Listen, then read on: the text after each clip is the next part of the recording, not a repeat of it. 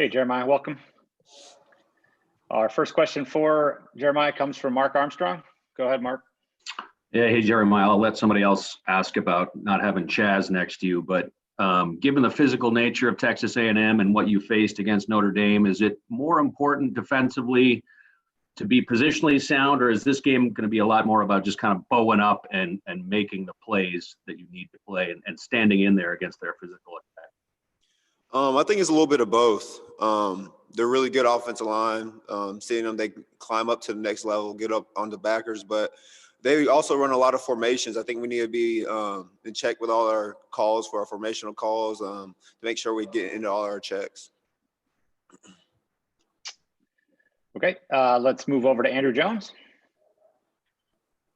Yeah, you talked a little bit last week about Eugene, but I was just wondering if you can kind of give us a little bit more of a Eugene Asante scouting report from your perspective on how he will kind of work well with you out there, and how's he handled the last week in practice knowing he's going to be the starter?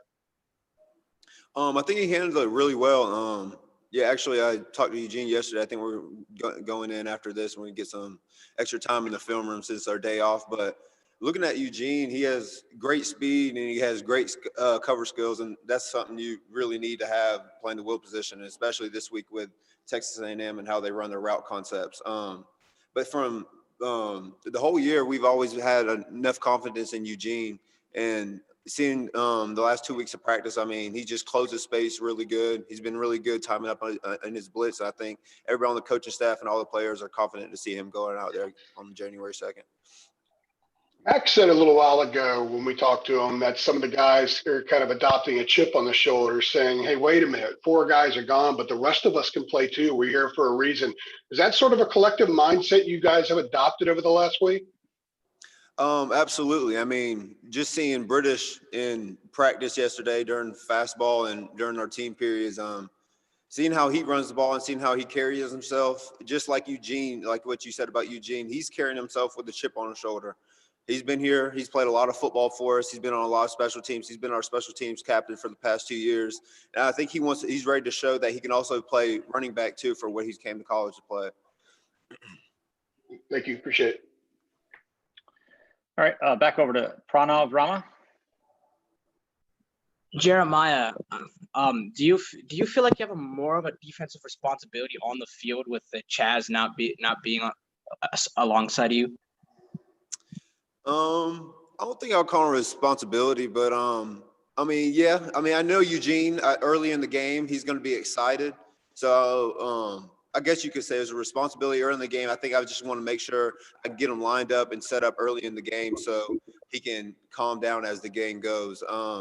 But with Eugene, he actually, I mean, he played some ball for us against Virginia Tech. He actually played a lot of snaps for us.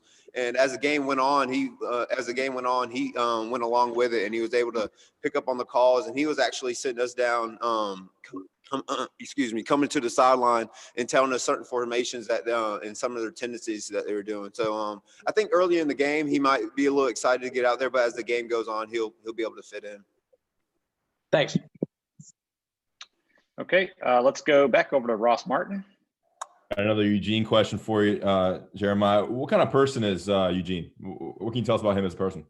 Well, the first thing I noticed about Eugene when he came, because he was my roommate here in fall camp, he's a very faithful man.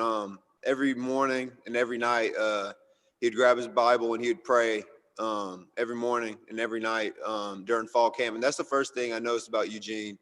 And then I think that's just the first to go with. I think he has really good integrity. Like what does he do? What are kids doing when they're not in the stadium or they're not in front of the coach's eyes? And I've seen Eugene go out and run sprints when there's nobody's around. I've walked into the film room times and Eugene's in there flipping around, looking at the other team, and nobody's asking him to go do that. So I think he's a really prideful man and a really hard worker. And with this defense, y'all have built a little momentum going into the Miami game and now heading to the Orange Bowl. And what's the kind of the mindset? And I mean, what are you trying to look to get out of this week and get out of the Orange Bowl?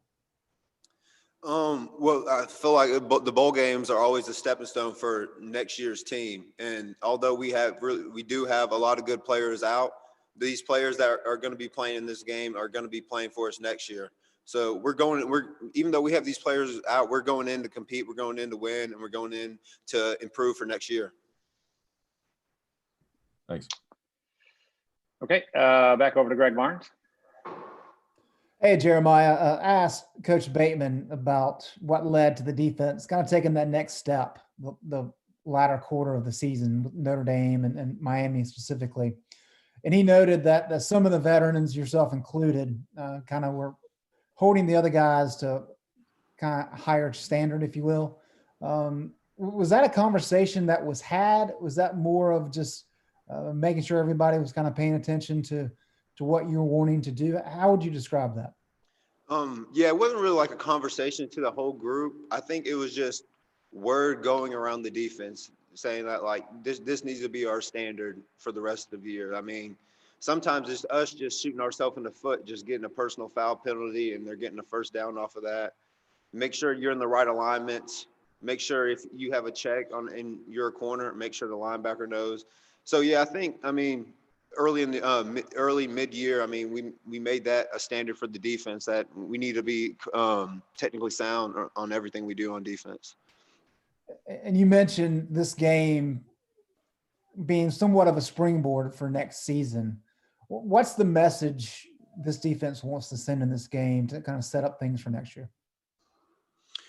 We want to show that we're a physical style defense. We're going to be able to stop the run. We're going to be able to blitz. We're going to be able to cover. And with the young guys that we got going out there, I mean, the majority of the players are coming back. I mean, we're losing Taman, and obviously Chaz is out. But I feel like this is a challenge for our defense. We're facing a really good offense. They know how to throw the ball around the field. They know how to run the ball. They have good gap schemes. They have good inside zone like everybody else. So I think it's a good challenge for us. I think this is a challenge that is what we're going to see coming out opening week, first game next year. Thank you. Okay, back over to Robert Cessna. Yes, I was wondering, when you look at Texas A&M's offensive line and running back Spiller, what jumps out about them to you, and does it compare to anyone you've played? It's an SEC line and it's an SEC back. Big physical offensive line. They're really good at doubling, knocking the three technique off, knocking the shade off, and climbing up to the next level. So that's something we're going to have to be cautious of. And they have a big back. They have a bigger back that we haven't seen really this season. He's about 6 foot, 6'1", 225, and we can honestly say we haven't really seen a back 6'1", 225, and he's an all-purpose back. He's coming out of the backfield, he's catching passes, he's not just running between the tackles. So yeah, that's something I can definitely say that we haven't seen from a back this year. One who's size, who can run between the tackles, but he can also go out in space and catch the ball and make people miss. Thank you. All right, our last question for Jeremiah comes from CL Brown.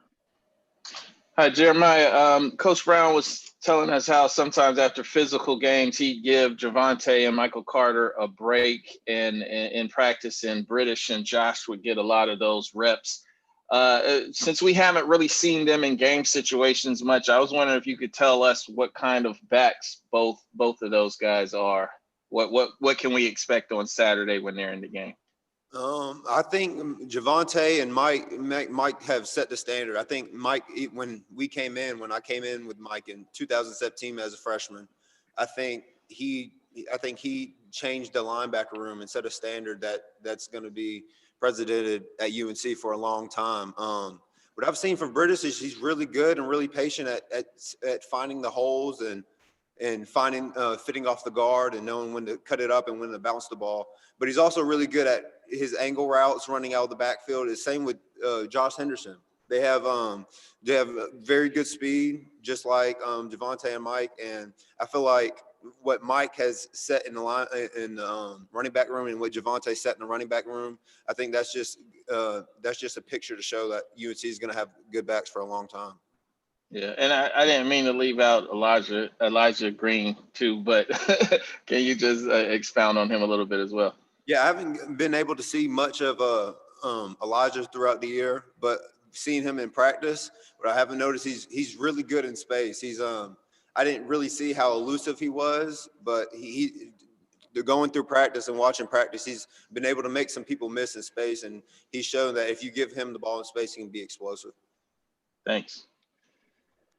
All right, Jeremiah Gemmel, thanks for your time. Appreciate it. You have a good one.